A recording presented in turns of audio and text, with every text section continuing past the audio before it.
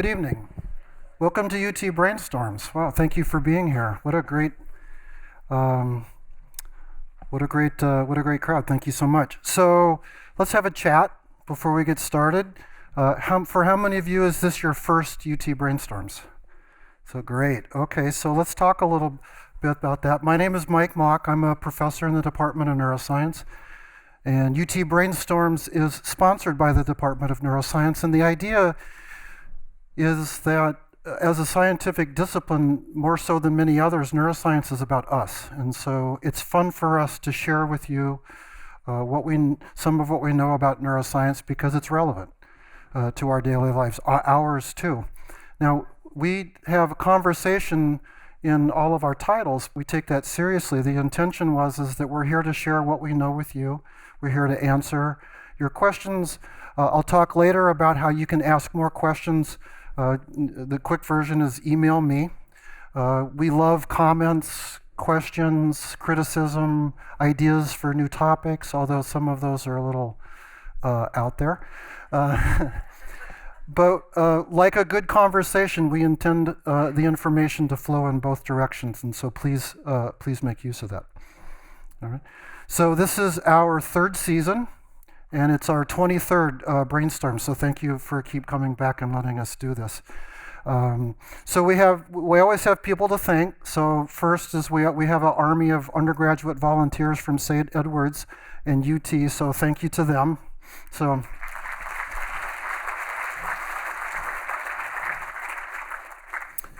I want to brag a little bit. So this is three of our people at Neuroscience. This is Laura Anian, Alma Vasquez, and Elena Silva. Elena's here. Laura is the department manager. Alma and Elena are staff at the Department of Neuroscience. Of course, these three people are responsible for all the behind-the-scenes things. You've probably seen Elena running around here working really hard, and we always like to thank them. But tonight, I want to brag about them because the College of Natural Sciences each year has an outreach award. They give the award to the people at UT who have done the most in terms of public outreach for the sciences and UT's footprint in it. And Laura, Alma, and Elena won that award this year. And so in addition to thanking them, let's congratulate. So.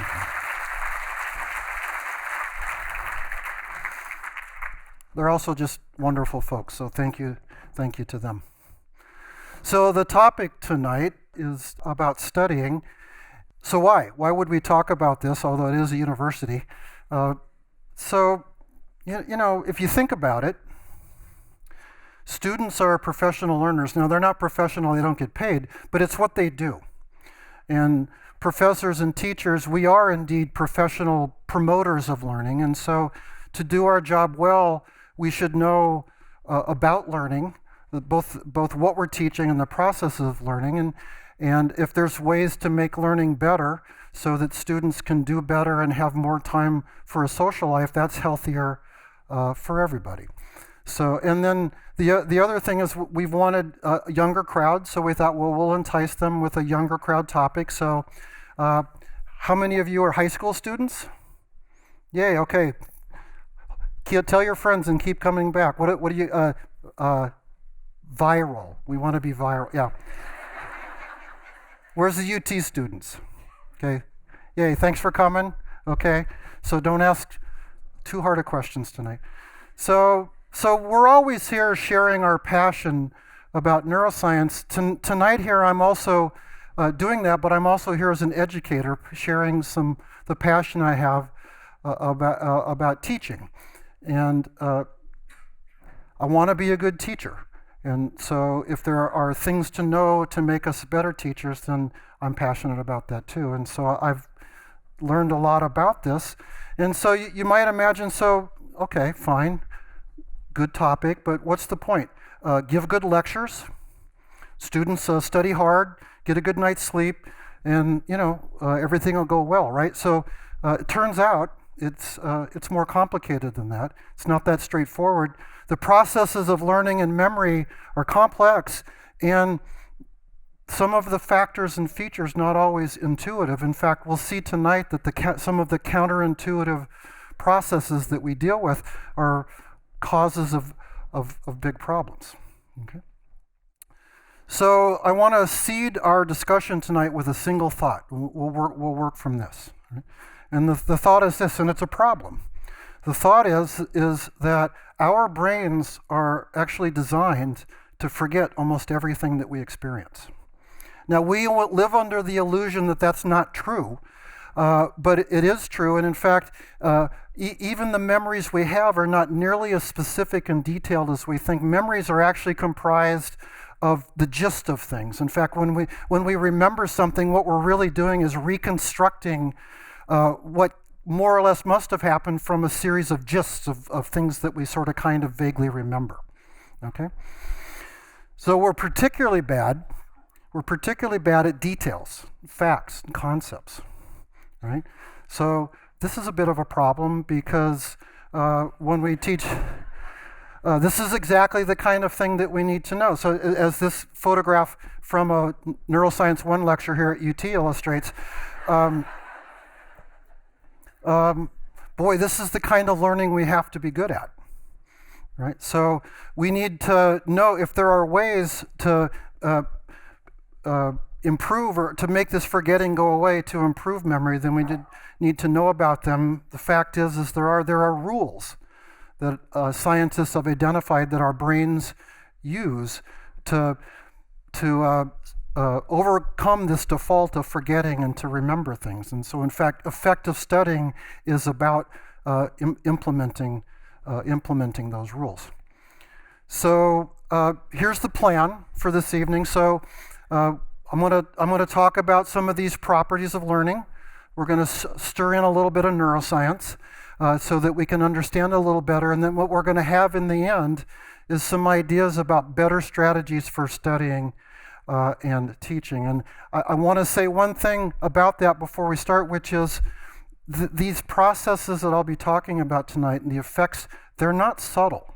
So we're not talking about things that will make you study or learn a little bit better. These are really remarkably robust differences if you do it right versus do it the way we do it. Now, spoiler alert, turns out most of us are really bad at this, okay? Turns out the way most teachers teach, the way most students study, pretty close to the worst way to do it. And so we're going to identify that and want to fix that. And one of the things that we're going to wonder is, why is that true? If we know about all these things, why do teachers teach the way they do? Why do students do the way they do? And we're going to find there's actually an answer to that. Okay? So let's start with some neuroscience, even though I said that second because, after all, I'm a neuroscientist. So just some quick ideas. So, of course, the brain is made of neurons, about 80 billion neurons in your brain. And they are little electrical devices. That's not a metaphor. Neurons generate little electrical signals. And they are connected together in circuits through connections called synapses. And what a synapse is, this is an artist's rendition of a synapse. This is a hippocampus neuron from a rat hippocampus, one of the prettier neurons in the brain, filled with a dye that makes it fluoresce yellow. Here's an artist's rendition of a synapse. So the idea is this is the presynaptic neuron that when it generates an electrical signal through this synapse, it has a little influence on the electrical signaling of the receiving or postsynaptic neuron. And excitatory synapses make changes that make this receiving neuron more likely to generate a signal, and inhibitory synapses make it less likely to generate a signal. Now, one of the fundamental things about the brain, and particularly about learning, is much of the learning that we do is mediated by the fact that many of these synapses can change their strength. So what does that mean? Well, a weak synapse, when there's activity presynaptically, the postsynaptic effect is really quite subtle. It would just have the slightest little nudge about the likelihood of signaling. Whereas a strong synapse would have a much more robust effect on the receiving side. So in the extreme, for example, an extremely strong excitatory synapse, every time the presynaptic cell makes a signal, then the postsynaptic cell would. An extremely strong inhibitory synapse, every time the presynaptic neuron makes a signal, the postsynaptic neuron would be unable to make a signal. And so the better part of the learning mechanisms in our brain and most of our memories are mediated by changing these. We learn because these synapses change. We remember because those changes are long lasting. And so these processes matter. Now, unlike what was thought maybe 60, 70 years ago, these 80 billion neurons in the brain are not just all thrown in there and randomly interconnected. When we look at different parts of the brain, like this is a beautiful photograph of a slice of a hippocampus, which is a part of the brain we're going to be talking about a lot tonight, you can see that there are different kinds of neurons. So here are some granule cells with their funny little shape, and these big, beautiful pyramidal cells. These are examples of the neurons I showed you on in the previous slide. And they're wired together in quite specific and intricate ways. And each part of the brain has different kinds of neurons wired together differently, and that's why different parts of the brain calculate and do different things. And so neuroscientists spend a lot of time with conceptual diagrams like this. So this is there's no test on this later, but this is where I live, not in the hippocampus, but we know the wiring diagram. We're wondering, what's the wiring diagram for? Why is it wired this way? Why are there these kind of neurons and not that kind of neuron? We know the synapses that can change strength, and why do they do? What's the reason they do? What kind of learning is mediated when they change? And this is the way we think about things. But if we pull back now, thinking about just the wiring of a place like the hippocampus, then what we know about the whole brain is the whole brain is comprised of a variety of these different brain systems interconnected and talking to each other. So different parts of the brain with different wiring and different neurons doing different things, but all talking to each other in a way that makes our minds happen the way they do. Now, when we're thinking about learning, then we're going to particularly be interested in the frontal lobe, which we're not going to talk about tonight, but certainly we're going to be interested in this green part, the temporal lobe, and with the hippocampus, which is buried deep within the temporal lobe. And so here's an artist's rendition of this. So here's a drawing of a brain that would be sitting in the head. So here's the frontal lobe. We were just talking about that. Here's the temporal lobe, right next to your temple. Buried deep in that lobe are the hippocampi, one on each side. Now, certainly when we're thinking about learning, the kind of learning that matters for students and teachers, then unmistakably the hippocampus is important. We need the hippocampus for the kind of learning we do, and there's no clearer and more interesting way to introduce that than to talk about this guy, Henry Molaison. Mr. Molaison's misfortunes turned out to be a great benefit for neuroscience. Much of the early things that were learned about the hippocampus and memory came from Mr. Molaison's surgery. So as a teenager, he had terrible epilepsy.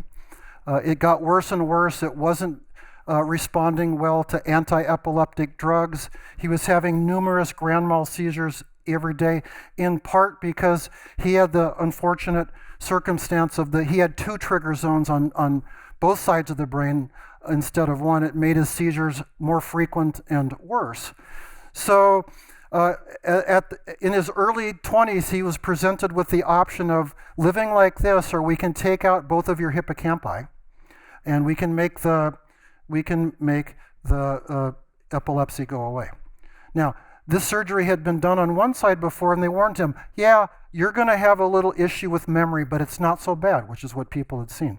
Now, the mistake was that nobody had ever had their hippocampi removed on both sides, and when they did, they immediately realized that it had produced devastating consequences. He had what in technical terms we would call anterograde amnesia. What that means is his memories from the past were intact, but for the rest of his life, he would never stamp in a new long-term memory. So he could remember everything before his surgery, but once he woke up from the surgery, he could interact and talk and remember cognitively he was fine, but he couldn't make a new long-term memory. Okay. In fact, this was such a devastating thing that his entire career, this is him as an older gentleman, his entire life, from his surgery on, he was employed as a research subject with neuroscientists learning basically how learning works. And this is one of the most famous ones. This is Dr. Brenda Milner. Dr. Milner studied Henry Molaison for almost 30 years, and her work was remarkable and groundbreaking. And she not only showed how fundamentally important the hippocampus is, but her work, and then of course the way science works, the work of people who base their work on hers, started to discover that in fact there are many different kinds of learning. And so a fun way to introduce that is with an experiment that Dr. Milner did to Henry Molaison somewhere in that 30-year span. She was quite interested in his cognitive abilities and asking whether he had any deficits, and she often gave him tests. Maybe you've played this game. This is called the Tower of Hanoi puzzle. It's just a clever little puzzle with rings of different sizes and 3 pegs, and you start with the rings here, and you have to move all the rings to here. You can only move one at a time, and you can never put a bigger ring on a smaller ring, okay? Just a little logic problem. As it turns out, because this is the 7-ring version, the optimal strategy involves 127 separate moves, okay? So she brought it in one day, and he said, yeah, I've never done that before. And he did it, and he wasn't very good at it. She brought it in the next day, and because of his amnesia, he said, yeah, I've never played this game before. And he did it, and that went on for weeks. Same day, brought it in, never played this game before. But here's what they found. The more time went on, the better he got at it, until every time they brought it in, he said, hey, I've never played this game before, and then he did it in 127 moves. Right? And so it was things like this. Sometimes science is so beautiful, sometimes simple science is really fun science, and this is an example of that. But from work like that, then, what we came to understand is that there are different kinds of memories, and this is one of the word dichotomies that people have used. We have declarative memories, which are the hippocampus ones. Declarative memories are the cognitive ones, the ones that we're aware of. And then we have implicit memories, which are more habits and things that we're largely not aware of. And if we map this onto Mr. Molaison, then it's a declarative hippocampal dependent memory that he could recognize that he had played that game before. In fact, he couldn't recognize that because he was absent that kind of memory. But it's an implicit kind of learning and an implicit memory that after practice he could do it in 127 moves. Now, implicit memories are very interesting, but it's declarative memories that we really care about for learning. And so this is for another time, maybe. But so we're going to spend the rest of the night talking about declarative memories. And of course, now scientists are digging down deeper. And so, for example, another dichotomy within declarative memories is this one of episodic versus semantic. Both hippocampus dependent. So an episodic memory is like an autobiographical memory. You can remember an event, something you did. These memories that aren't as detailed and specific as we think. The semantic memory is like a fact. Okay. So for example, I can remember the first time that I played the Tower of Hanoi problem, and so that's an episodic memory. It's an autobiographical thing that happened to me. It's a semantic memory that I just happen to know because I've given lectures like this a lot, that the equation for the optimal number of moves is 2 to the n minus 1, where n is the number of rings. So that's just a fact. I have no autobiography to go along with that. If I remembered when I learned that, we could call that an episodic memory. But it's episodic and semantic memories, as you can see, that would be the most important thing for students learning concepts and facts and trying to do well in their classes. And so we're gonna talk quite a bit more about these. We drill down deeper, we find then, and even within this declarative memory category, talking about both episodic and semantic memories, we can think about 2 versions of these memories. One is recall. A recall memory is where it's recalled without a cue. So you just remember it, Okay, and then there are recognition memories, which are not as strong, and it's easier to do. A recognition memory is just the memory that you've encountered this before. It has a real strong layering of familiarity as one of the components. And this distinction is going to be fundamentally important for what we talk about tonight. We're going to come back to this in a bit. But one of the key things then is that recall memories are strong and hard to do, and recognition memories happen quickly and are relatively easy. Okay? So we're going to come back to that. All right? So now let's start talking about good time to switch, starting to talk about the properties of learning. So this is an old classic experiment. It's a forgetting curve. So what the experiment here is then is that groups of students were asked to read a 600-word story, and then they were tested about the details of that story different times later. So the different dots then are tested right away, tested 3 days, 7 days, and then 2, 3, 4, and 9 times 7, 7 weeks later. Okay, and you can see the problem. Right? We forget pretty fast. Now, I want to say one important part of this is that this level of performance right here for the test that they used is the level that people who hadn't read the story could do. That's the performance that they could do given prior knowledge and common sense. So what this shows is that certainly in 7 days, mostly in 7 days, certainly in 2 weeks, you read a story like that, you've forgotten everything. Right? And I find this a little scary because when I teach, my exams are often spaced about 3 or 4 weeks apart. Here's the test. The stuff they learned in that first week, this is what we're dealing with. Okay? So this is the problem. We have to know how to prevent this. And in fact, there is a way to prevent it. We're just not very good at implementing it. And so here's some more data from this same study. Some of the people then, when we'll talk about this group right here, the ones with the squares, they read the story and then immediately had a little test on it, a little recall-based test. And you can see that just doing that test meant that, look, after 7 days, when everybody else had forgotten almost everything, they were still doing quite well. Even 7 weeks later, look at this huge difference just by taking one little test on the stuff that they had just read. And so here's people who took the test a day later, and they got the same protection from forgetting. There's something about taking a test that seems to be good here. Here's some more of the groups. So they branched this group off, and some of them took a test here and then took another test a week later. Look, every time you take a test, however much you've forgotten, it seems to arrest or stop any further forgetting. Now, there's nothing too great about just taking a test. If you've forgotten it, then you can't get it back. Okay? Now, this is called the test effect, and it's been known for a long time. Look at the date here. This is an experiment from 1939. All right? So we forget, and there's something about testing that can protect us from forgetting. And the sooner you do the test after you've learned it, the more protection you're going to get, because any forgetting that happens before you take your little test, you're not going to get back. Okay?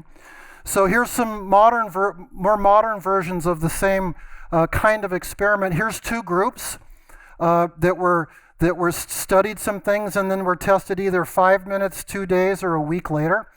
The two groups studied differently. The group in the black bars, they studied the material twice. They studied it, and they took a little break, and they studied it again. Now, by studying, what they're doing is they're looking at their notes, okay? Which is the way, how many of you study that way, right? Yeah, be honest, okay? The other group studied once, but then they took a little test. In fact, it was a little self-test. And what's important here is this isn't like a test and then they were told what they got wrong and said, well, this was that they took a test and that was it. They have no idea how well they did on the test. They just took the test. And here's what's interesting. If you measure right away, the people who studied twice did better than the people who studied and took a test. It sure looks like, if you stopped there, the common sense thing is the more you study, the better you do. But 2 days later, it flip-flops, and you find that the people that were doing better because they studied twice have forgotten quite a bit, and now they're not doing as well. And the farther out you go, the bigger this effect, the bigger this difference is. Another kind of version of the same one. This is a fun one because this is a little closer to the way a college or high school student might study. 3 groups. The black bar group studied 4 times. Study, take a break, did it 4 times. Right. The gray group was study 3 times and then take a test. And then the light gray group was study once and then take 3 tests. Now again, there was no feedback from this test. All they did was just try to recall what they knew. Same result. If you measure right away, the more you study, the better it seems to be. If you measure later, the more you tested, the better it seems to be. So as I mentioned, and so I should have to say, if there's one visual image that you walk away with tonight, this is it. This is what we're dealing with. This is what you get when you study wrong, and this is what you can get when you study better. And the difference is the way you study, instead of looking at things, you have to study by testing yourself and using recall. So this is called the test effect, and for a long time, the idea was simply that somehow, some way, testing arrests or changes this default forgetting into remembering thing. It's the signal that tells your brain, no, don't forget this. We got to remember this. All right? What we know now from many decades of study is actually the key thing is retrieval. Retrieving memories stamp them in better. So what we mean by retrieval is if you just look at your notes, you're just studying.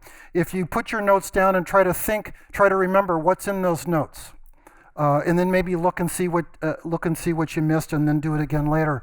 That's retrieval practice, and the simple observation seen over and over and over again, all kinds of learning, people, animals, everything, is that recalling facts and concepts is just a better form of studying than just rereading your notes.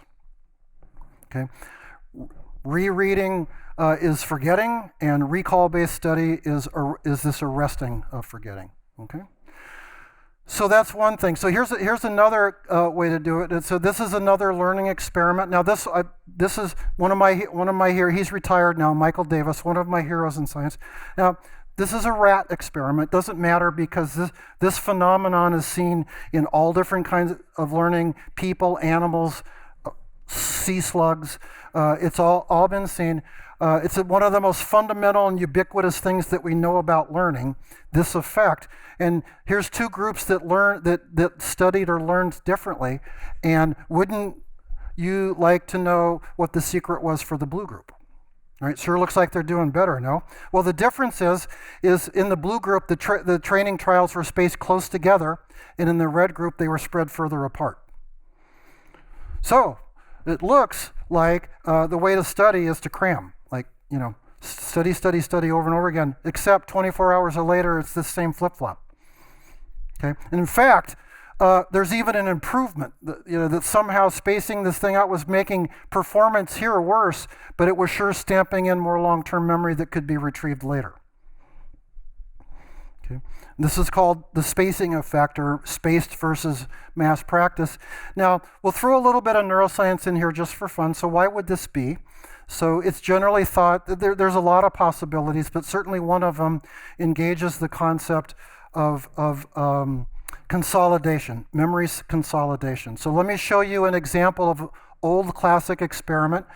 It's a little complicated, but all this is that there was some learning that happened, and then some testing later. And this, what's being measured is how many mistakes they made when they were tested later. So higher bars is poorer learning, and lower bars is better learning. And so there's a male-female thing here with the colors. That's a topic for another brainstorms maybe. But what's happening here is they were injected with a drug. In this case, that actually improves learning in this little skit. This is a rat experiment again, but same sort of thing. And so you can see that, and what's different about the groups then is the learning happened right here. In these groups, the drug was injected before learning, and in these groups, the drug was injected after learning.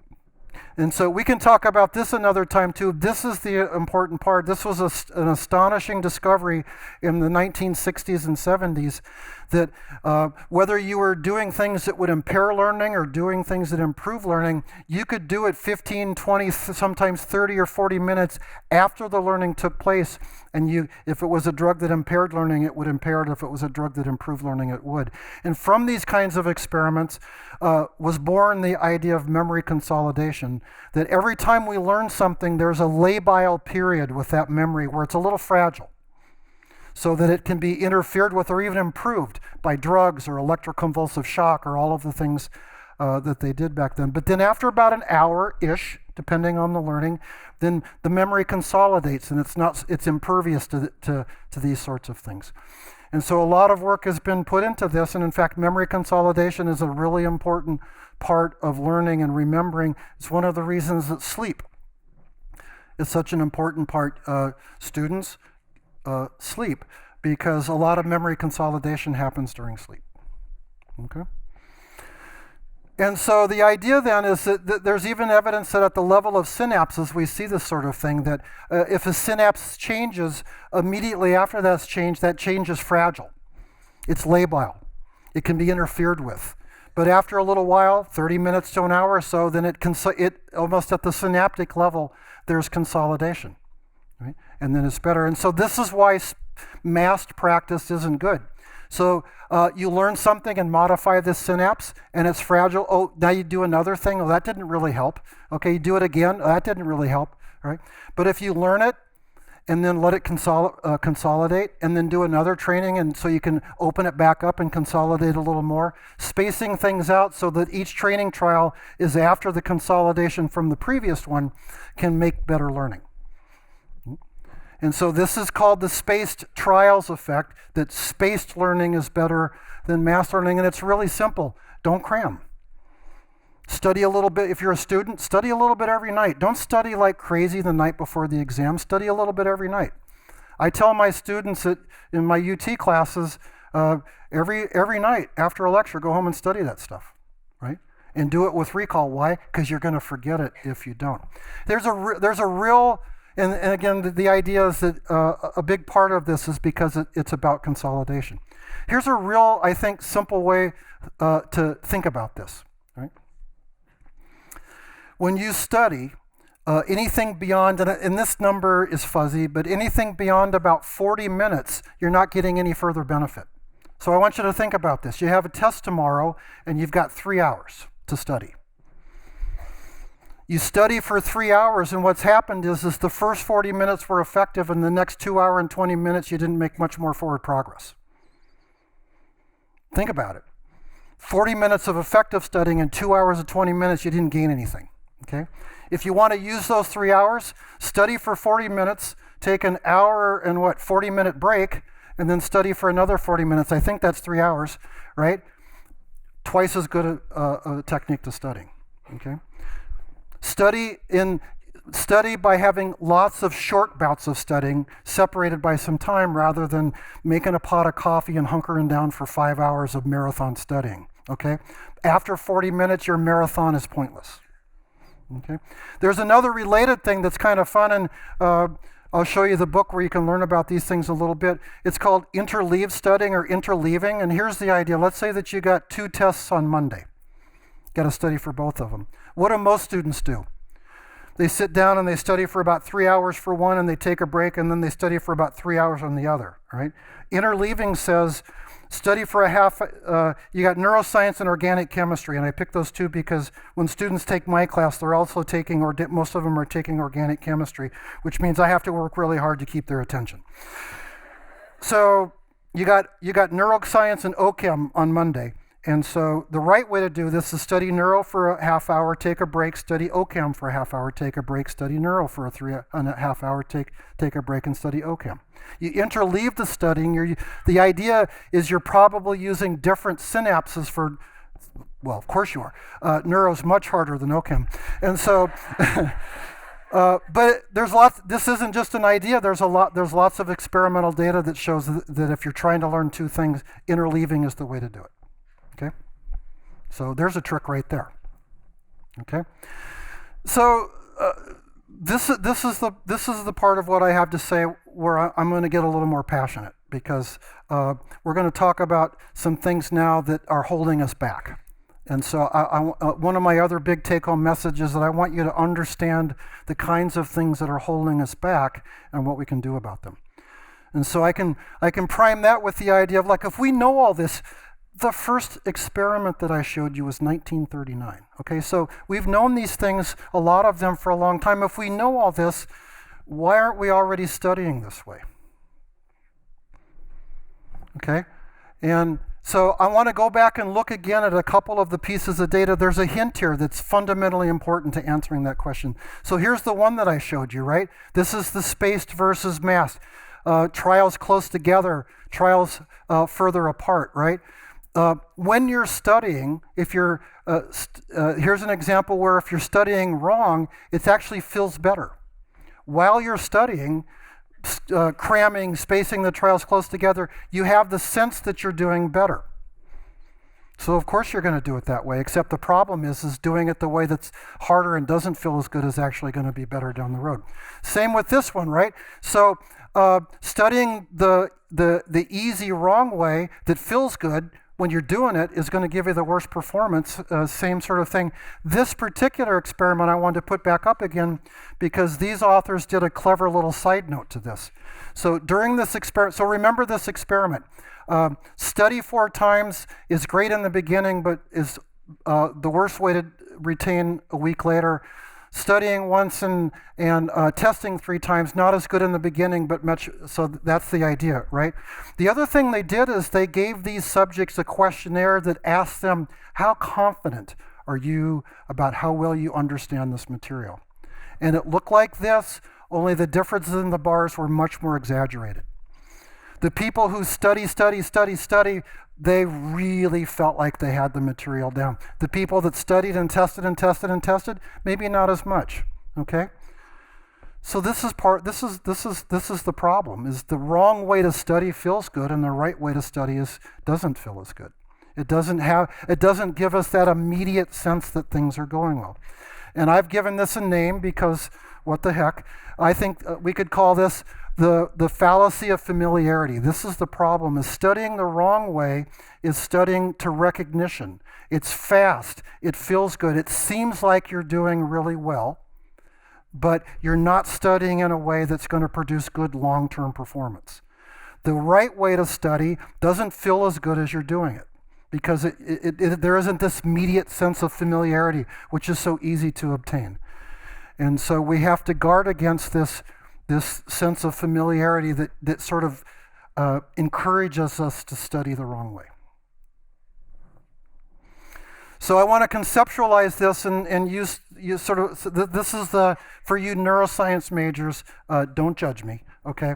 So this is I'm going to, a little poetic license with neuroscience here to help understand this and make a point, but whether we're thinking about synapses or just conceptualizing memory in general, there's a lot of evidence that we should think about it in terms of when we form memories, we're forming associations with other things. So if I encounter a new kind of tree that I've never seen before, I don't just shove it in memory and say, in memory location 19, there's that new kind of tree. I form associations with the other things that I know and the other associations that I have about trees. It's not out of context. I learn it by putting it into the context that I already have. Okay? So let me play a little game here and just sort of do this at a very conceptual level. So these ovals are sort of my imaginary memory nodes in the brain. And so you're in my Neural Systems 1 class here at UT, and so first exam you're going to have to study about neurons. So while you're studying about neurons, you're forming associations that neurons are cells. And so that's this, and neurons make electrical activity, so that's this. And but then if you're doing it right, you want to connect it with the other associations. That you have other associations about cells and other associations about electrical activity, and if you're doing it right, you keep digging deeper and making more associations. And then of course, when things are going well, there's even associations among the associations. And so if you're studying right, you're throwing the concept and the facts of neuron into this context of things that you already know to make a a strong, useful, long-lasting memory. All right? So now the cool thing is now you have to learn about voltage-gated channels. Voltage-gated channels are the channels in neurons that help them make electrical activity. So when you're learning about them, of course, one of the things you have to do is make an association with all of this about that you just learned about neurons. And so the better you've learned about neurons, the better able you're going to, of course, you're going to make other associations as well, but the better you learn one thing, the better you can learn about these other things. And so there's this positive feedback, self-reinforcing process if you're doing it well. Okay. So a little aside here, then one of the things that suggested that it's borne out in experiment after experiment is that when you're learning, it's really useful to connect what you're learning to what you already know. Work actively at connecting what you're learning to things that you already know. Analogies are really useful. I just like analogies, and I used to think quite honestly that it was one of my bad habits when I taught. I used to think to myself, I should just, tone down the analogy thing. I didn't know until I started learning about this stuff. Oh, good thing. It's actually a really good thing to do when you're teaching and when you're learning. Work at making connections with what you're learning with what you already know. Be active in helping form these complex webs of associations between what you want and what you're learning and what you already have, okay? So the fundamental thing then, now we're going to go back to that dichotomy between recall learning and recognition learning, and little poetic license here, but it's not so far from real data. If you're learning the concept of neuron and you're doing it with just by studying your notes, then you're just learning it to the level of recognition, and so you're not probing these associations very deeply. You're also doing it in a way where you're going to forget some of it, right? But if you're studying in this active find associations, learn through recall and testing yourself, then you're stamping in memories that are more interconnected, more useful, and that are basically more resistant to the ravages of forgetting. All right. So I'm looking at you students in particular now. I want you to look at this, okay? Reading your notes, studying by recall, okay? Rereading the book chapter and sitting down and trying to remember on your own what the book chapter said, okay? Studying incorrectly, studying correctly, all right? Makes a big difference, all right? So I want to connect this to something that's important, and if you're a teacher or a student or a professor, it's a big part of what we have to deal with, okay? So here's how I experience it, all right? There's been an exam in my class, and I get emails from students saying, can I come talk to you about my performance? And they come in and they often have body language a little bit like this, and they say, and I'm not belittling, so if you hear a funny tone in my voice, I'm empathizing with it. They say, Dr. Mauk, I studied so hard for this test. Man, I thought I knew this. I thought I knew neurons and voltage-gated channels like nobody on earth has ever known. And I did so mediocre on the exam. I just don't know. And then what do they tell me next? It must be my test anxiety, all right? Must be I get really nervous when I take exams, and it's just, I'm really held back by my test anxiety, all right? And the statistics, depending on how you measure and what your definition of test anxiety is, I don't know about that number, but a lot of, students here, how many of you feel like that you've been held back by test anxiety? Be honest, okay? Not a small number, okay, there's more of you. You're okay, just saying, okay? It's really important to me. It's painful. It's painful to sit there on my side of the desk and listen. It's painful. Now, I don't want to, and I just full disclosure, this is my idea. I didn't read this anywhere. This is just me. This is just me as a scientist looking at the data and trying to think of interpretations that are useful. So this is all me, okay? So I want to propose maybe a different way to think about test anxiety. Okay. So I'm going to use a thought experiment. I love thought experiments. Scientists employ thought experiments. The thought experiment is that I'm just going to make up a story. There's no real experiment here, but just going through the idea and what we might see is really useful. So here's my thought experiment about taking my Neural Systems 1 class at UT, and you're studying the neuron. Okay, you're getting ready for this exam, and this is the level of knowledge and memory that you need to do well on the test, right? And here's the thought experiment part. But you don't study well, okay? You just read your notes over and over and again, and you did that for 5 hours. The test is on Monday. My tests are always on Monday. You studied for 5 hours on Saturday and 3 hours on Sunday, and you read your notes over and over again, and you read the chapters over and over again, and you've given yourself this really strong sense that that's your level of understanding right there. But because you're studying incorrectly, what you don't realize is this is the level that you got yourself to. This is that recognition level that you got yourself to. Okay? And here's another problem. Because of the way you're studying, there's going to be a fair amount of forgetting. So this is what you think you know. This is what you learned by Sunday. And Monday, when you walk in to take the exam because of forgetting, you're even further down, right? This is what you think you know. This is what you're walking in. This is what you're walking into the test in. So what happens? The first question is about neurons. Oh, do you know about neurons? Okay, but you read the question and you can't answer it, or you can't answer it well. Well, that causes some anxiety, right? So that's a problem. So, but every test has one one rough question. So question 2 is about voltage-gated channels. And remember, voltage-gated channels, to answer that question, you're going to have to tap in what you know about neurons. And I just told you that you don't know as much about neurons as you thought. And these other associations don't run as deep as you thought either. And so you're 2 questions in and you haven't done well on either one of the questions on subjects that you thought you knew pretty well. So what happens? You get anxious. Now you taste the rest of the exam and you're anxious and it's not going well for this very reason. And so here's what you experienced. You studied hard, you really thought you knew it, you walked in and you didn't do well, and most of the test, what you can remember is that you were doing poorly and you were anxious. So what do we blame it on? Test anxiety, okay? Now, I don't know this, I don't have a study to show you, but I believe in the bottom of my heart that the vast majority of times when people feel like that they were the victim of test anxiety, they're a victim of this thought experiment. They're a victim of bad studying that made them believe that they understood the material better than they did, not because they're overconfident, but because that's what that kind of studying does.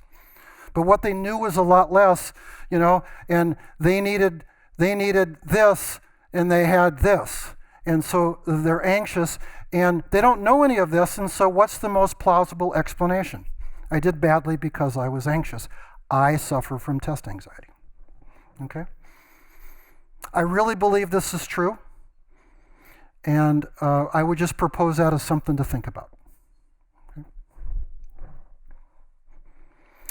So if you're interested in these kind of things, I wanted to say that this is one of my favorite books on top. This is kind of my Bible on this topic, and if you don't remember this, you email me. I'll send you the link. It's called Make It Stick. It's really well written. There's not a lot of neuroscience. This is the cognitive psychology, the learning experiments. But 2 of these guys, Roediger and McDaniel, they're the scientists that were doing these kind of experiments. It was a Roediger experiment that I showed you earlier, early on. Okay.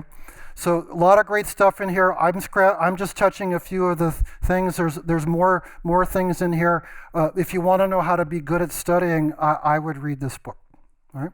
So I want to channel some of the things in this book, and we've already talked about 2 of them. So that's going to be a review, and then I'll give you a couple of more, and then we'll talk about studying. Okay. So here's my roadmap to scholastic success. You already know, you need to do retrieval practice and not just study. When you study, you need to try to recall it yourself rather than look at your notes over and over again. Test yourself. I tell my students, find a friend in class and test each other. You ask a question, I'll answer it. I'll ask a question, you answer it. We're not looking at our notes when we do it. It's all recall. It works. Okay, so it's this.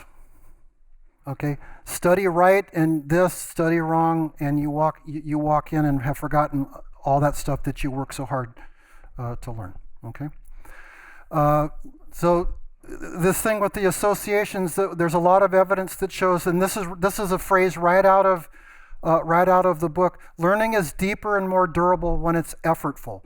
Work hard at forming those associations. Do recall learning and not that simpler read your notes thing. When you put some effort into the learning, it doesn't feel as good, but it's way more effective. And connect what you're learning to what you already know. Analogies form these associations. We saw those. We saw this, the spaced versus massed, okay? A larger number of shorter study sessions. Interleave if you have to, if you've got 2 tests coming up. But do not sit down and study for 3 or 4 hours straight. You're just wasting your time, okay? So here's some of so much of this is about avoiding this fallacy of familiarity. When you study wrong, you're studying for recognition. It feels good. It feels like you know it. It's a fallacy. You don't. And I told you how I feel about I think this helps promote the sense that so many of us have test anxiety. So here's another one from the book. This isn't understood, certainly not at the neuro level, but there's a lot of evidence and true. I implemented it this year in my class, and I can tell you, not a recipe for popularity, but turns out it's a strange thing. If you try to solve a problem first, even if you fail, if you try to solve a problem first and then you're taught about it a little later, you'll learn it way better. It's almost like when you learn it, you go, oh, of course, that's why couldn't I think of that, right? Just all sorts of evidence. So I have these computer-based virtual experiment homeworks that I give my students, and it drives some of them crazy because I say, here's the premise, discover something. It's like, just tell us what to do. No, just discover something. And many of them find it a bummer, and then they turn in like, I discovered nothing. And I tell them, I don't care, because now when we talk about it, you're going to learn it way better. Okay? It's a strange one, but it seems to work. And I did have some of my students tell me that they thought it did work. Not that didn't mean they hated me anyway. Here's some neuroscience. This isn't from the book. This is neuroscience now. Sleep and exercise, really important. Okay? The last thing I tell my Neurosystems 1 students on Friday before they go weekend, what do I tell you guys? Don't stay up late on Sunday night. Get a good night's sleep, right? Man, worst thing you can do is to stay up late studying the night for a test. You're taking what you've already learned and you're put the car in reverse and you're going backwards. Okay? Better to go to sleep and get up and go with good retrieval of what you already have. It's amazing. The exercise thing is amazing, and exercise really helps us learn. The older ones of us, listen in particular. There's a lot of evidence that the better share of the cognitive and memory decline that we experience as we get older, not the Alzheimer's thing, but just feeling. If you subtract out the effects of sleep and exercise, we're doing just fine. Older people don't sleep as well and they don't exercise as much, and that's the bigger part of why we're having trouble. Okay? There's a lot of good evidence that the hippocampus, for some reason, just loves it when we exercise. Okay? Sleep and exercise. Okay? So one last thing, and this is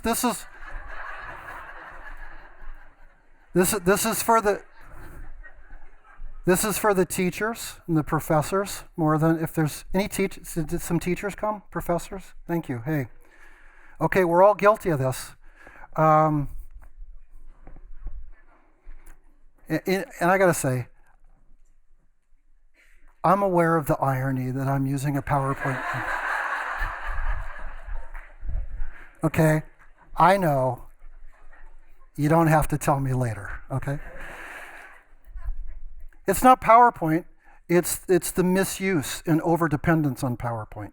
When we teach by just showing PowerPoints and bulleted lists, and we explain concepts by bulleted lists, it encourages students to study by just looking at those lists. When we teach with too much dependence on PowerPoint, we are encouraging our students to study the wrong way, to do exactly the opposite of what we've been talking about tonight.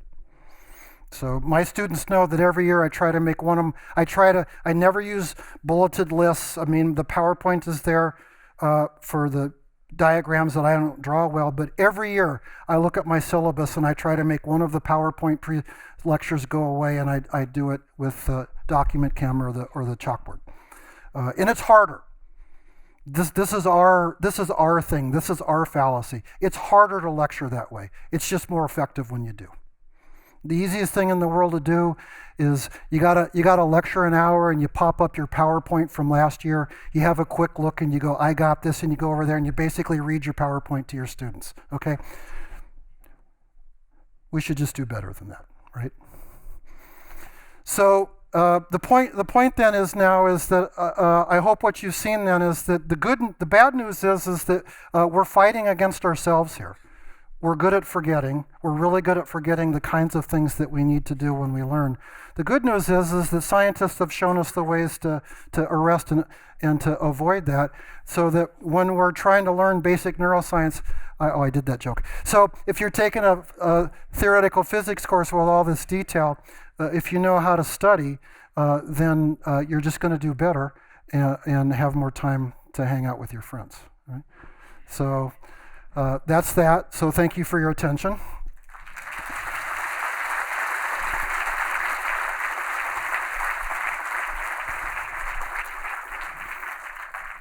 So let me introduce the panelists. So these are three scientists from UT. So the first is Neil Morton. Neil, who's a postdoc in a lab, in Ali Preston's lab, who studies human memory. And so that's one of the reasons he's here. The other postdoc from Ali's lab is Nicole Varga. Many of you, she's a postdoc as well, studying human memory. If she looks familiar to some of you, she was one of the presenters in December. Okay, and they did a great job. And then the last one is Kristen Patterson, who's a professor of biology at UT. She's a great teacher. And she also works for TIDES, which is one of the teaching resources on campus. It's one of the things that she does is help professors learn the kind of things that I'm talking about today so that we do a better job at teaching. She's a real expert on the kinds of things we're going to talk about, okay? Okay, so Elena's going to do her thing. Panelists, short questions, concise answers. When we have about 5 minutes to go, we're going to do lightning round, where we're going to ask our panelists to answer the questions in 20 seconds or less. Who in the first 5 or 6 rows have a question? We'll get started that way. So can you say it loud so we can hear it? Hi. How do you recommend studying for critical-based and tricky questions? For what kind of questions? Tricky, critical-based questions. Professors do not write tricky questions.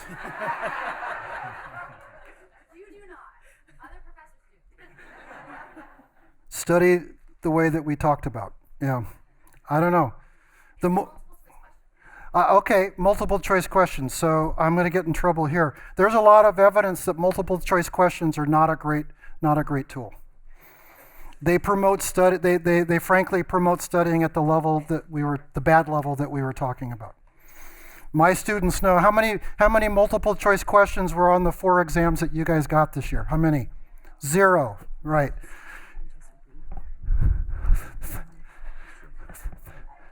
What did we do wrong? Okay, that's what I did. Okay. There's your number, 231-377-1545. And somebody, how did you know? How did somebody know? Was it on your phone from last? Huh? Good job. Is using flashcards an effective recall learning technique, panel? Yes. Oh, is this working? Okay. Yes, it is. For all the reasons Mike talked about in the talk, retrieval practice, and that strengthens the original memory. Flashcards are great because it forces you to retrieve without seeing the answer. Now, the one caveat of that is you cannot flip over the card before you've retrieved it. Then you're falling into that fallacy again of just reading what the answer is. You have to fully retrieve it, say it out loud, then check your answer. Do not discard the card unless you got the full thing. And don't discard the card unless you do it 2-3 times successfully, because you want to really engage that retrieval network and make sure that it's very strong before you are convinced that it's strong enough for you to remember it for the test. Great. Can I add to that? Please. So another thing to think about with flashcards is that if you're making your own flashcards, you have control over what you're studying. So you don't have to just be recalling facts. You can put on your flashcards questions that are helping you make those connections that Mike talked about earlier.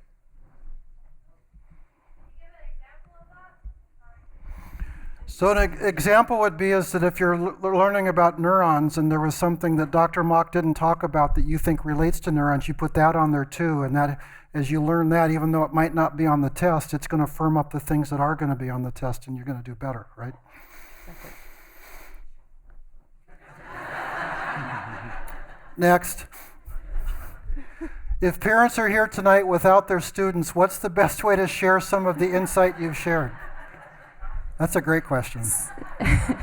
So I wanted to answer this one because there are probably a lot of adolescents in the room, and that's something that I specialize in. So even though we gave you a lot of tips today, we know that adolescents' brains are not mature enough to employ them on their own all the time, that requires the prefrontal cortex, and that is not even fully developed until 25 years of age. So even those college students in the room.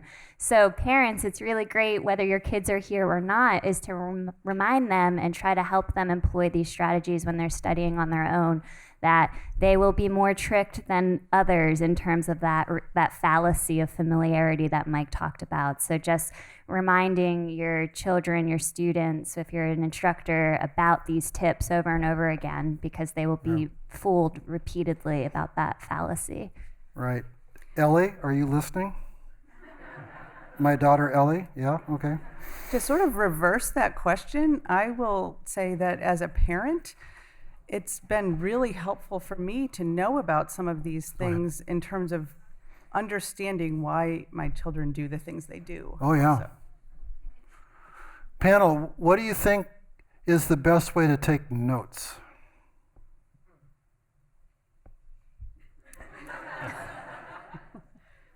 How many of you here take notes with a laptop during a lecture? I see some hands, be honest. I would recommend not doing that because of some of the points that Mike made in the talk about active learning. It's like the reverse of the instructor with the PowerPoint, is that when you have a laptop, you can record almost word for word with how fast everyone types these days what the instructor is saying, and then you don't have to deeply think about all of the material because you're capturing it all at once with the intention of just rereading your notes afterwards, which falls back into that cycle just like your book, that you're reading the book over and over again. When you have to write out your notes in the middle of a lecture, it forces you to listen a little bit more carefully because you know you can't record it all. So you're taking the important things, or even the things that you're not quite understanding fully, so that you know that you need to go back and review that, go to office hours if you didn't capture it all, or read the book for more context. So I would recommend, there is one published study, I forget the authors, that showed this over a semester, that those who wrote notes captured less material but had greater comprehension and better test scores at the end of the semester. Can I mention, so there's something that my students have taken to doing now, a lot of them, that seems to really work. So we have the TAs take notes and they publish them on Canvas afterwards. And so a lot of my students, when some of you did that, right? So some of my students just sit and listen, because then what they're going to do is afterwards, first of all, they're going to do a recall-based study, and then they're going to grab the TA notes online and then write them down. And many of them reported that that was an incredibly effective way to not take notes, but to study. It requires TAs that take good notes, though. But yeah. Who's next? How do you recall study without a partner? So one technique that I've used in my research, because we do a lot of studying as part of neuroscience, we have to learn about new research that's coming in. It's something we're kind of constantly doing. And what I've found is, especially when I was learning a new topic, it really helped to read it, read an article, and then close it, and then just write a summary from memory. which was harder and it'd take a while to do. But in the process of writing that, I would find out a few things. I would kind of start to make sense of what I had just read. And then I would also find the weak points. So I'd go back and could then compare it with the paper and see, okay, what did I actually leave out here? And then it's one of the things that's really powerful about testing yourself is you find out what are your blind spots? What are the parts that you're missing, which you can then go back and fill in. So I think studying with a partner can help a lot because explaining things it can be harder than just even sort of recalling it for yourself. So we were talking about analogies before that can come up when you're trying to explain something to somebody and they're not getting it at first. You can sort of make more connections that way. So it is nice to be able to talk with someone and work it through that way, but I think writing something for yourself is also very effective. Please explain more about alternatives about PowerPoint teaching. Kristen, this is your thing, right? So I don't think there's necessarily anything inherently wrong with PowerPoint. It's about how you do your PowerPoint. And so I think the main idea is that lists of words on a PowerPoint is not going to be a good strategy. Instead, how about putting a diagram or a picture that is something to discuss or interpret? Okay, so that's one thing. You can use PowerPoint to use it in a different way. Alternatively, you can have students do activities during class. So they can be actually doing something, like working with something to manipulate or working on a problem, talking to each other in class, discussing the content of the course. If you have to explain something, you can use the document camera or write things in real time, which is often helpful to slow yourself down as well. Those are some ideas. Yeah. Can I introduce a phrase just because it's a friend of mine told me this and I think it's really funny. So he called this thing where we have bulleted lists in PowerPoint and then your lectures you're reading, he called that PowerPoint karaoke. And so I think really the villain is PowerPoint karaoke, right? That's the thing we have to stop doing, right? Why are we programmed to forget? What is the evolutionary advantage of forgetting? I really like this question. I'm not an evolutionary psychologist, but I'm going to speculate a little bit that I think modern classrooms are very different from, evolutionary perspectives on memory. And I think we have to acknowledge that it's not often the case in the real world that you're meant to remember every single detail that you encounter, because what we're trying to do in the real world, and if we think about survival, that you want to attend to the most prominent features in your environment, the most salient ones that you should remember. So there's a little bit of selectivity there that if you store everything like kind of you're required to do in classrooms in the real world, then when a threat arises and you have to make a quick judgment of friend or foe, you don't want to cycle through every instance of a friend or foe. You want to have quick rules that you can access rapidly. So I think forgetting can be beneficial for the sake of making sure that the things that are most prominent and most important for your day-to-day interactions are easily accessible. But that's just my take on it. I don't know if anyone else wants to add to that.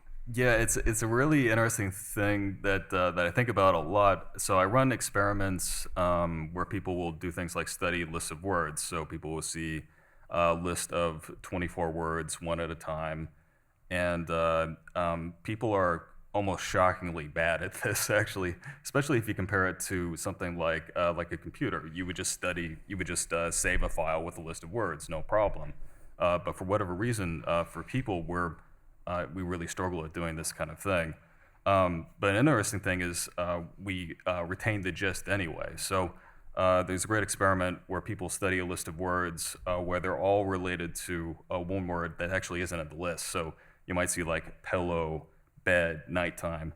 And then what people will do at the end is they'll recall words from the list and they'll remember a lot of them. But what they'll often do is insert a word that wasn't there. So in that example, they might say sleep wasn't actually on the list, but everything related to sleep.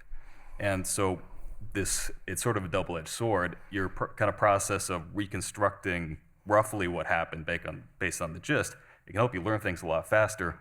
It can also cause you to make mistakes like that. But really, it seems to be a result of the fact that we're kind of not geared through remembering things like photographic memories. We're kind of geared to understanding things. So we want one other powerful teaching tip based on neuroscience research. Oh, I think I selected that one. I'm not sure this is based on neuroscience research. I'm not the one non-neuroscientist here. Let's just say it is. But I think it's important to be doing something instead of passively being passive. Passive reviewing your notes, things like that can be passive. Reading can be active, but there are many other different kinds of activity where you can be doing something, answering questions, talking to people, solving problems are all examples of actively doing something in order to learn better. The caveat is that students report when they're doing active learning that they think they're learning less, even when studies show that they're really learning more. And so there is a disconnect between what's true, what's actually happening, and what students think is happening. And so they're often dissatisfied by that kind of class. Yeah. Tips for cumulative finals when you have non-cumulative midterms. I think this is a really great question, and it speaks to the broader issue of how do you promote long-term retention, you know, like that if the rule in memory is forgetting, not the exception. I think we can think about this for cumulative exams. So in addition to spacing your studying like we've talked about and, testing yourself as you're reading, another helpful thing to do is to remember that when an instructor is planning their slides and their semester and each lecture, that they expect you to integrate what you've learned from the first day to the last day. And they won't always have the time in the classroom to remind you of what you learned at the first day or make the connections for you. So one thing you can do is at the beginning, in between lectures, so you've had a lecture yesterday and you're going to have one tomorrow. Before that next new lecture, you can quiz yourself about what did I learn yesterday. And we know from recent neuroscience work that, kind of Mike referenced this, but when you have prior knowledge of a subject and it's robust and you can access it easily, you can learn new information easier by connecting that. So one thing you can do is recall what you learned recently when you're about to learn in the next lecture, because that'll facilitate your comprehension of the new information and promote consolidation at a more rapid rate. So it's not hippocampally dependent, and actually becomes consolidated in the cortex faster. So it actually will increase the amount of work and restudying you have to do right before the final exam if you quiz yourself before a lecture and then quiz yourself that same day, hours after the lecture. I know it's a lot of time and investment, but it actually will reduce the amount of time in the long run because you'll constantly be integrating into a current knowledge base rather than relearning over and over again. How long before a test should you start studying? So I think that's a trick question because I don't think you should be studying for a test at all. I think you should be studying for learning, and therefore you're studying from the very beginning, from the moment you learn the material. You're not studying for the test.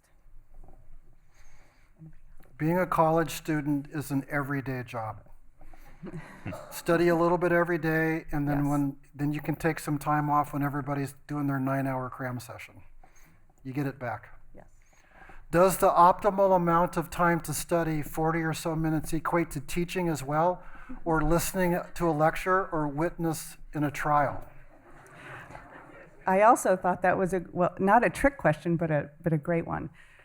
In fact, I don't think that you can pay attention for 40 minutes in a lecture. And that's why I think that interrupting the lecture, having sort of an interactive lecture where you're presenting some information or listening to some information interspersed with other kinds of activities is ideal.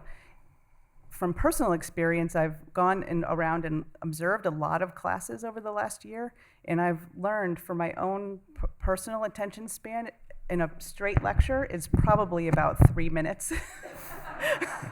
So I think the answer is no. The optimal amount of time to study does not correspond to so the time of a there's a class. related thing which people talk about. So there's evidence. How many concepts per lecture do you think maxes people out? Yeah. So it's painful, but what they tell us is that there should be three main points to every lecture. Mm-hmm. So they should get rid of Tuesday, Thursday classes, which are an hour and.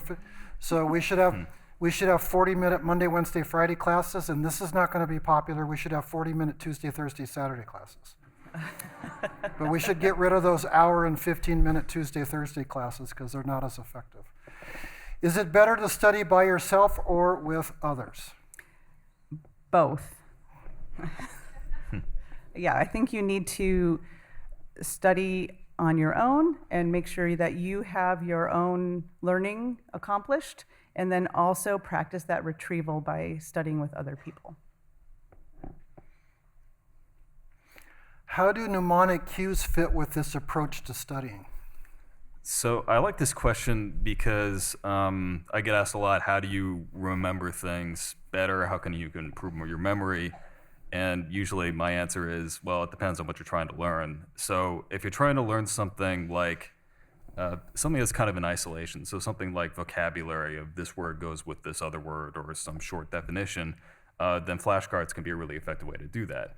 If you want to learn a sequence of things, then often a song could be amazing for this. I mean, how do we all remember our ABCs? Pretty much from remembering the song, because it works really well for that kind of sequence learning. But if you want to learn something more complicated, you're going to have trouble fitting it into one of those boxes of like a really rigid mnemonic strategy. Those are mostly good for learning sequences of things or,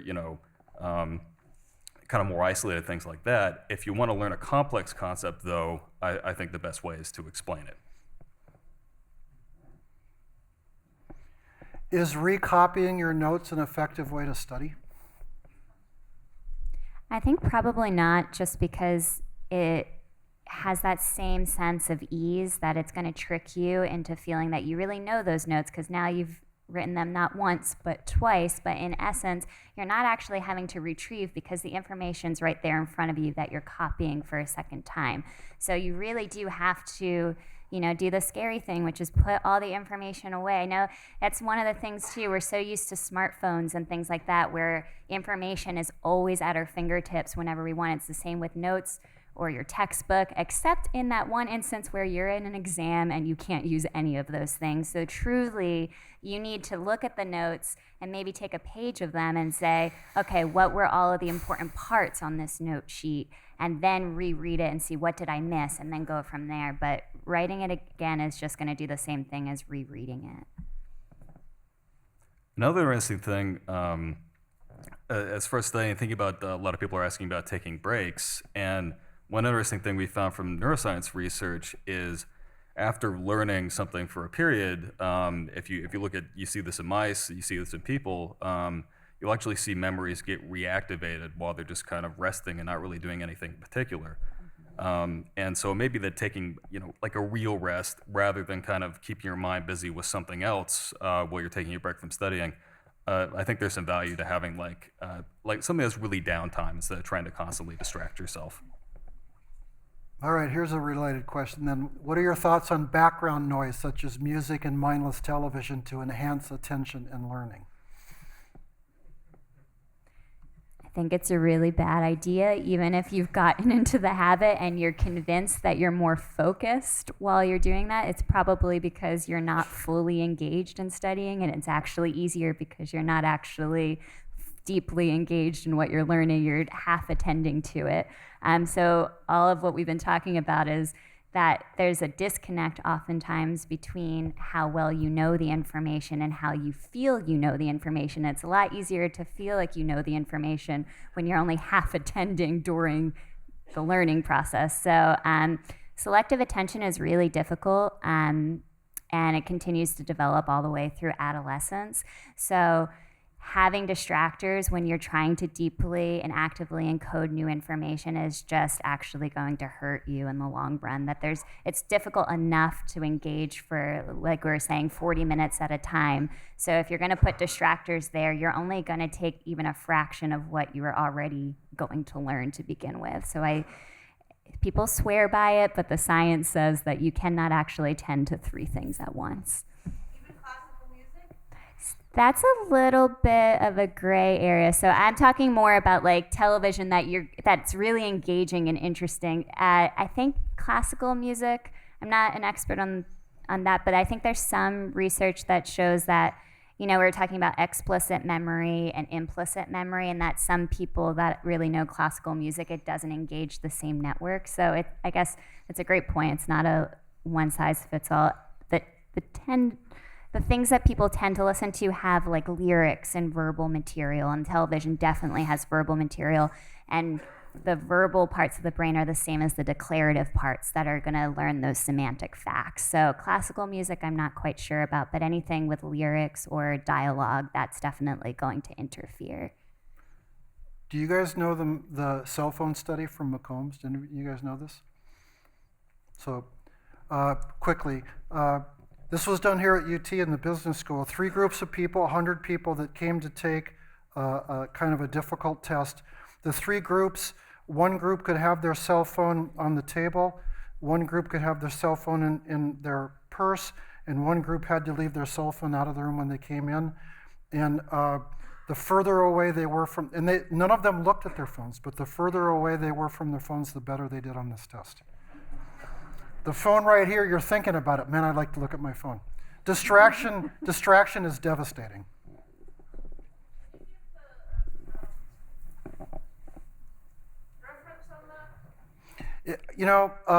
If you Google the cell phone study at McCombs, Texas, it probably pops up.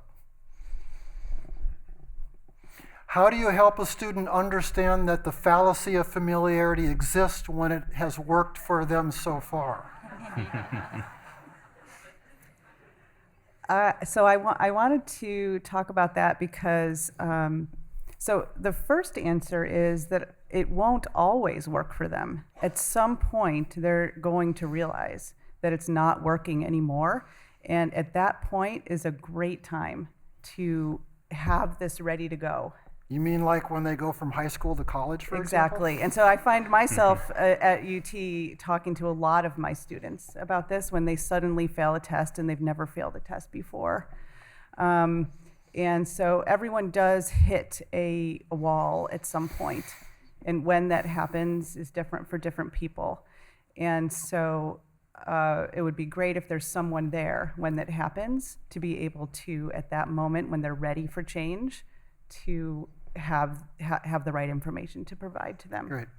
Beautiful. Okay, panel, this is a lightning round. You got 15 seconds to answer every question. So, pithy answer. Is it effective to highlight main points of a text, then study those? Better than highlighting everything. Highlighting everything is highlighting nothing. How do these methods not only help us recall concepts, but actually understand them and be able to apply them? So I think that depends on what practice you're doing. So if you're practicing applying and practicing understanding, then you get better at doing that in the future. Lovely. Has this information been given to... You can see I was pressing the button a lot. Can I just say, in all seriousness, Kristen is trying really hard. And she That was deserves a my- lot of credit for that. That was So, my answer, is we're working on it. Yeah, good. Last one, guys. Does testing in the same room you have the lecture in help? So there's a famous study where people studied a material when they were actually scuba diving underwater versus on land, and then they switched. And they found that when you have a really dramatic context change, then you can get a difference in how much memory you can recall. But mostly it doesn't matter that much. Great, thank you. So please thank Neil, Kristen, and Nicole. You guys did a great job.